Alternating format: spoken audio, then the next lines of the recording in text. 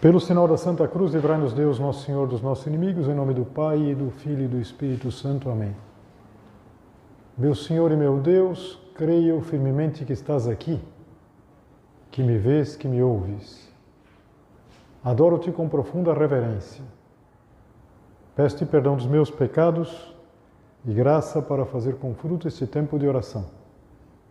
Minha Mãe Imaculada, São José, meu Pai e Senhor, meu anjo da guarda, intercedei por mim.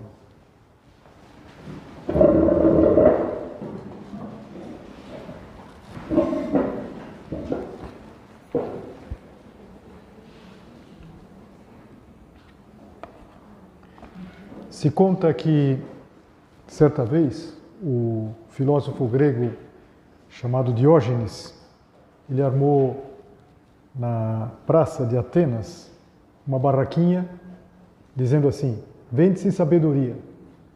Seria bom se a gente pudesse comprar sabedoria, na verdade. Mas as pessoas que passavam por lá olhavam e riam.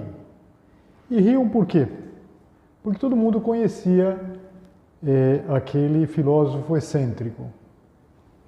Talvez você mesma se recorde de algumas coisas da vida dele, que ele morava dentro de um barril, por exemplo. E que ele andava, às vezes, em plena luz do dia, com uma lanterna, e falando: Diógenes, o que você está fazendo? Eu falo: estou procurando um homem, estou procurando uma pessoa que seja honesta. E também que, certa vez, o Alexandre Magno, o homem mais poderoso da época, foi até ele e disse assim, ele estava meio deitado assim, e o Alexandre Magno chegou e perguntou: o que você quer que eu faça por você? Ele disse assim: sai da frente do sol. Só isso, imagina, podia ter pedido o que ele quisesse. Mas o fato é que um senhor passou, viu aquilo, vende-se sabedoria, e ele deu para um servo dele 3 sestércios.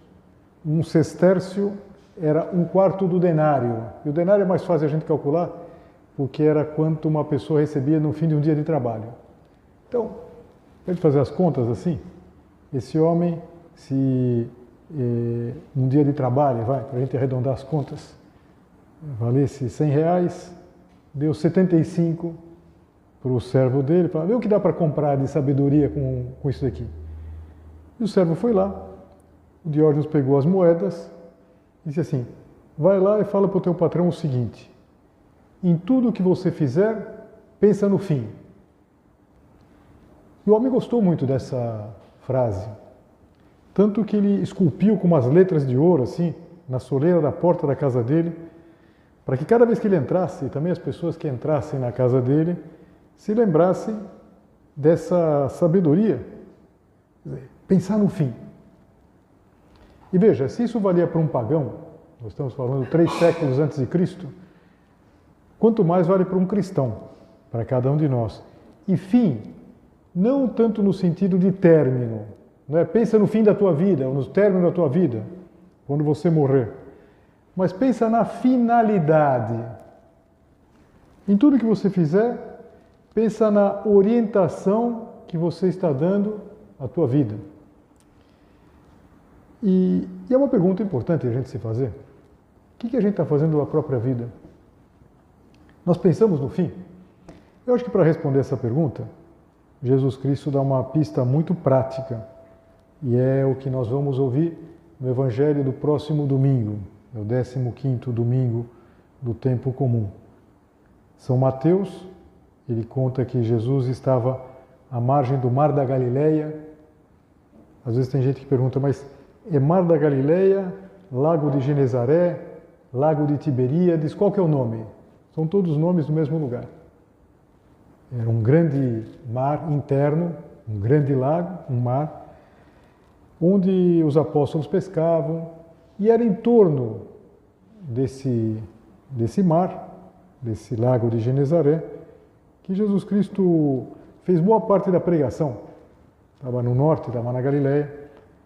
E São Mateus conta, é o capítulo 13, que havia tanta gente, que Jesus ele entrou numa barca e se afastou um pouco, para que as pessoas da praia pudessem ouvi-lo, pudessem vê-lo. E assim que São Mateus começa um capítulo, capítulo 13, que é conhecido como o capítulo das parábolas. Ele vai contar uma série de parábolas. Você sabe que Jesus Cristo, ele era especialista em parábolas, digamos assim. Era um recurso que já se usava bastante, mas que ninguém como ele, nem antes nem depois, usou com tanta maestria. E o que é uma parábola? Uma parábola é uma história real, ou tirada da vida real, para iluminar um sentido espiritual. E qual que é a importância, ou melhor, qual que é a vantagem das parábolas? A vantagem das parábolas é que elas são fáceis de memorizar.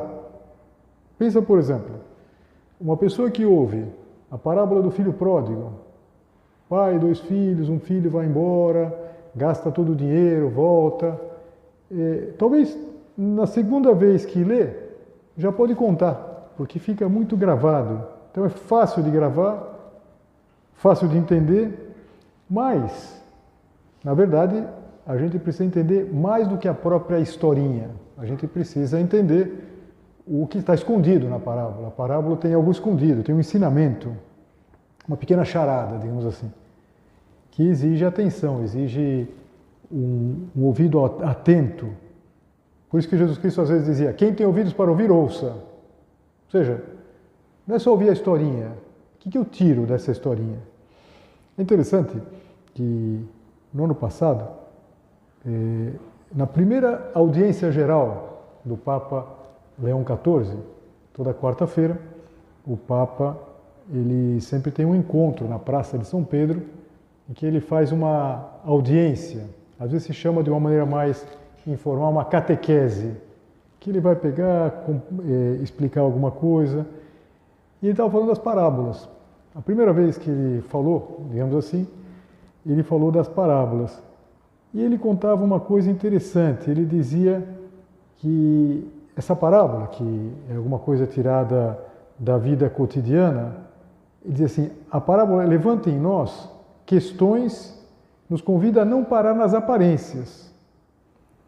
Diante da história que me é contada, ou da imagem que me é apresentada, posso perguntar-me, onde estou nesta história?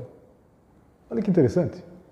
Uma chave que a gente pode, a partir de agora, usar sempre que a gente lê uma parábola, ouve uma parábola. Onde eu estou nessa história? Onde eu estou nessa história? Continuava o Papa. O que esta imagem diz à minha vida? E diz assim, o termo parábola deriva do verbo grego parabalein, que significa lançar ao lado, colocar ao lado. A parábola lança diante de mim uma palavra que me provoca e me impele a interrogar-me.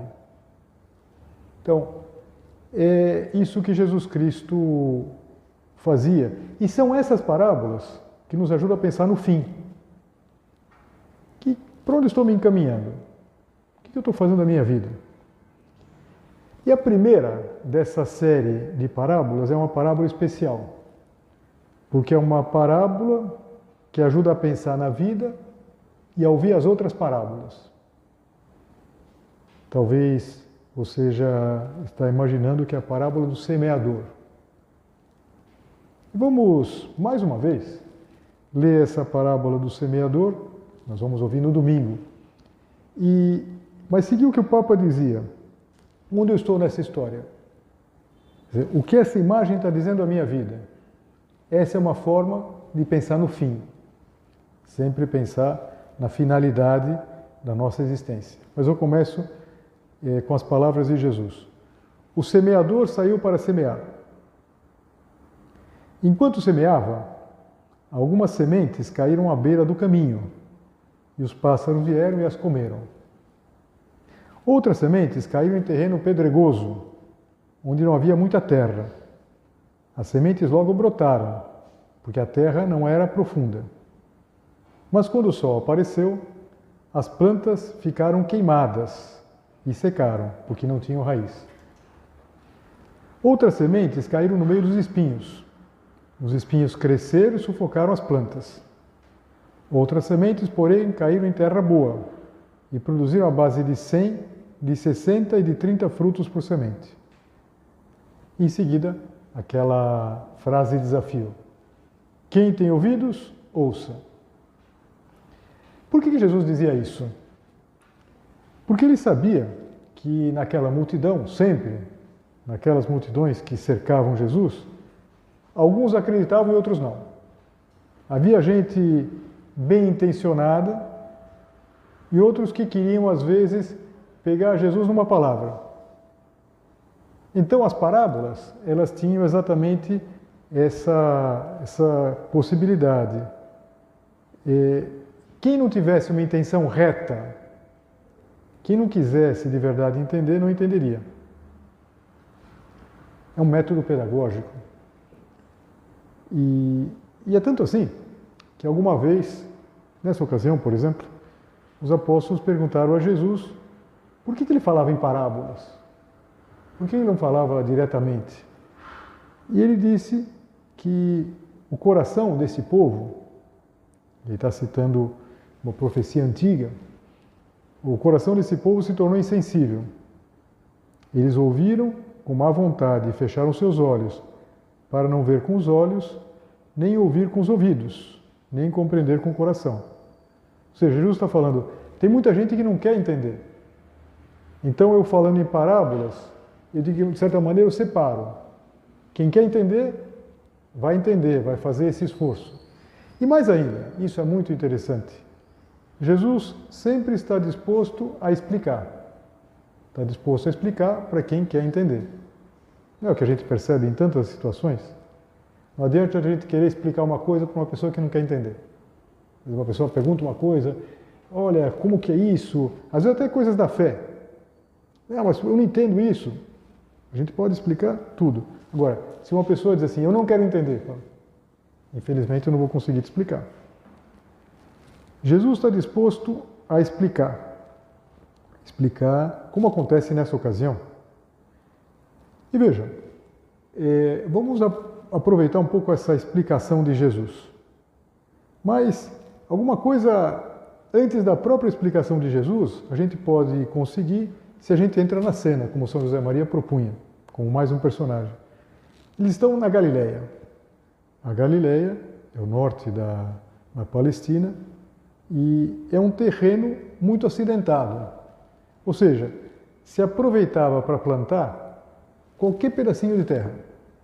Então, um pouco mais acostumado com as nossas situações, que são grandes plantações, mas lá, qualquer cantinho. Então, o que o agricultor fazia? O agricultor preparava o terreno e depois que passavam as primeiras chuvas, ele saía com um alforge, uma espécie de bolsa tiracolo, cheia de sementes, e ele vai andando, ele pega com a mão, pega um punhado de semente e joga. Joga para a esquerda, joga para a direita. E a semente, ela vai cair nos diferentes lugares. É o que nós acabamos de ouvir. E, de acordo com os diferentes lugares onde ela cair, o resultado vai ser um ou outro. E talvez se possa pensar, você pode pensar, pela tua idade inclusive, que a parábola do semeador vale sempre, mas vale especialmente para uma pessoa jovem. Há toda uma preparação do terreno. Há uma ação do Espírito Santo na vida de vocês, que começou lá no dia que você foi batizada, mas que na juventude vai tomando forma, vai tomando um sentido mais próprio. Bem, as chuvas são essas graças muito evidentes, não sei, essas chuvas próprias dessa estação da vida. E tudo isso nos leva a pensar na ideia lá do início. Em tudo que você fizer, pensa no fim. Pensa na finalidade, pensa no objetivo. Então, a semente é uma semente de fecundidade, mas precisa encontrar uma terra boa, uma terra bem disposta. E como a gente vai ser uma boa terra? Olha, tem uma frase de São José Maria, numa meditação que ele deu certa vez, em que ele falava do que nós estamos fazendo agora. agora nós estamos fazendo oração. Quer dizer, você não está ouvindo uma palestra. Você, enquanto eu vou falando, você vai falando com Deus. Você vai falando. E é na oração que a semente vinga. Diz assim, a oração deve vingar pouco a pouco na alma, como uma pequena semente que se converterá mais tarde em árvore frondosa. Então, se nós queremos que vingue, se nós queremos ser boa terra, nós precisamos de oração. Mas vamos ouvir a explicação de Jesus. A semente é a palavra de Deus. Jesus é o semeador e a semente ao mesmo tempo. Todo aquele que ouve a palavra do reino e não a compreende, vem o maligno e rouba o que foi semeado em seu coração. Este é o que foi semeado à beira do caminho. E a beira do caminho? A beira do caminho é a terra batida, é por onde passam as pessoas. Na beira do caminho, as pessoas de tanto passar, fazem com que fique uma terra muito pisada, na verdade. A gente vê isso às vezes nos gramados. Tem um gramado por onde todo mundo passa, às vezes tem uma parada de ônibus, um gramado, por onde todo mundo passa, fica aquela marca, não nasce mais a grama. E a semente cai lá, cai numa superfície tão dura, que ela não penetra. E muitas vezes vêm os pássaros e roubam. A semente não vinga. O que seria isso na nossa vida? Por exemplo, a gente ouve uma ideia maravilhosa no círculo, mas não anota. E depois a gente já não lembra mais o que era. Quantas vezes acontece isso? Então a gente anota uma coisa muito boa no retiro, mas nunca mais abre o bloco de notas. Então não adianta. A gente começa a fazer oração e se distrai, mas não se distrai porque é quase inerente à nossa condição, mas porque a gente quer se distrair. Então, não estou dizendo que nenhuma de vocês está fazendo isso, se estiver fazendo, pelo amor de Deus, não estou censurando, mas você está na meditação e depois você já está pensando, o que eu vou pedir no iFood? Então, você está fazendo meditação e olhando as ofertas lá do iFood, será que é um Beirute, uma pizza? Então, claro, a gente tem boa vontade, mas a semente não vinga, não vai para frente. A palavra chega, a palavra de Deus chega até nós. Mas, às vezes, ela disputa espaço, ela disputa espaço com as notificações e a gente fica lembrando de um meme, não consegue recordar outras coisas, tocar o nosso coração, por exemplo. Ou seja, as coisas passam pela cabeça, mas como nós somos esse terreno de passagem, as coisas não descem para o coração. A semente que caiu em terreno pedregoso é aquela que ouve a palavra e logo recebe com alegria. Mas ele não tem raiz em si mesmo, esse terreno. É de momento, quando chega o sofrimento ou a perseguição por causa da palavra, ele desiste logo. Aqui o terreno pedregoso, a gente pode pensar mais do que uma brita, digamos assim, espalhada no chão, porque, claro, se fosse assim, não há dúvida que a semente não vai vingar, mas seria uma fina camada de terra e logo em seguida a rocha. E claro, quando o solo é pouco espesso, é raso, ele aquece rápido. Aquece rápido, isso acelera a própria germinação da semente. Mas ela não lança raiz, não pode lançar raiz. Então, quando vem o sol, ela seca, por falta de raiz. É verdade que a gente às vezes se sente assim. Depois de um retiro, a gente faz um propósito maravilhoso. Vou rezar 1 hora por dia, ler 4 livros de leitura espiritual, fazer jejum, caminhar 6 quilômetros, aprender latim. Nossa, a gente, nossa, um retiro maravilhoso. Mas depois não vai para frente. A gente assiste um vídeo inspirador, fala, minha vida é antes e depois desse vídeo. Nossa, um vídeo maravilhoso e tal. E de repente, 10 minutos depois, a gente está lá no YouTube, está vendo um vídeos de filhotes de capivara. Porque, sei lá, porque que gosta de capivara. Então, as coisas vão assim, na verdade, falta raiz. O problema não é falta de entusiasmo, mas é falta de raiz. E possibilidade de ter raiz. A semente que caiu no meio dos espinhos é aquele que ouve a palavra, mas as preocupações do mundo e a ilusão da riqueza sufocam a palavra e ele não dá fruto. A semente cresce, mas perde a disputa. Eu quero rezar, fazer a minha oração, mas antes só vou responder uma mensagem. Quando vejo, já passaram 40 minutos. Eu sento para estudar e, de repente, quase que sem perceber, eu já estou vendo lá um vídeo, uma coisa que me mandaram. Eu começo a ler, mas o celular vibra e parece que é uma emergência nacional, tem que parar tudo por causa daquela mensagem.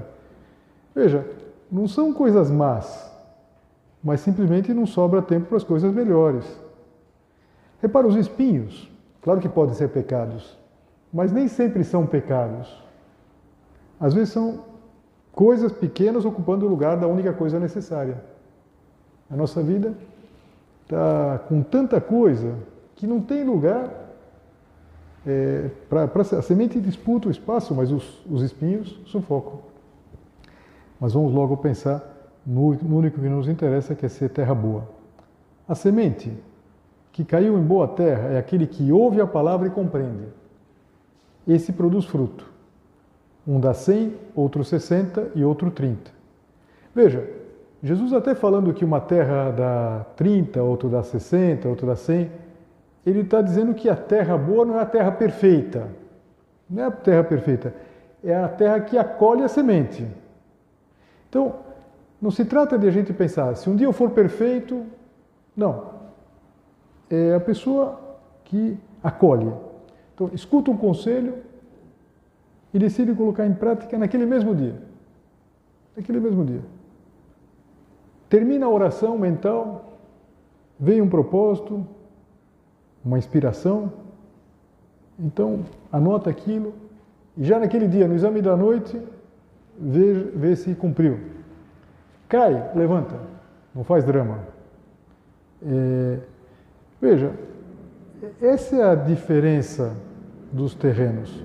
A diferença dos terrenos, a gente já via que não é a qualidade da semente, a semente sempre é fecunda. A diferença está na disponibilidade da terra. Agora, a notícia maravilhosa é que ninguém nasce terra boa. Nenhum de nós nasce terra boa. Mas a gente pode se tornar uma terra boa. Naquela ocasião, naquela quarta-feira, maio de 2025, o Papa Leão XIV, ele concluía, depois de falar da parábola do semeador, se referindo a um quadro do Van Gogh. Quadro muito interessante, depois você com calma busca e você vai ver que é muito, muito bonito e muito sugestivo. Chama O Semeador ao Pôr do Sol. E eu vou ler as palavras do Papa porque é bastante interessante. Diz assim: essa imagem do semeador sob o sol abrasador fala-me também do trabalho do agricultor. Impressiona-me que atrás do semeador Van Gogh tenha representado o grão já maduro.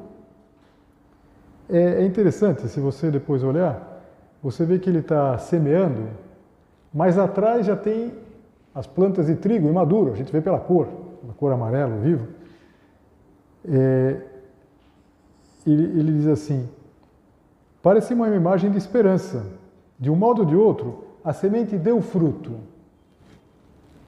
Na tua vida, na minha, apesar dos nossos erros, há fruto.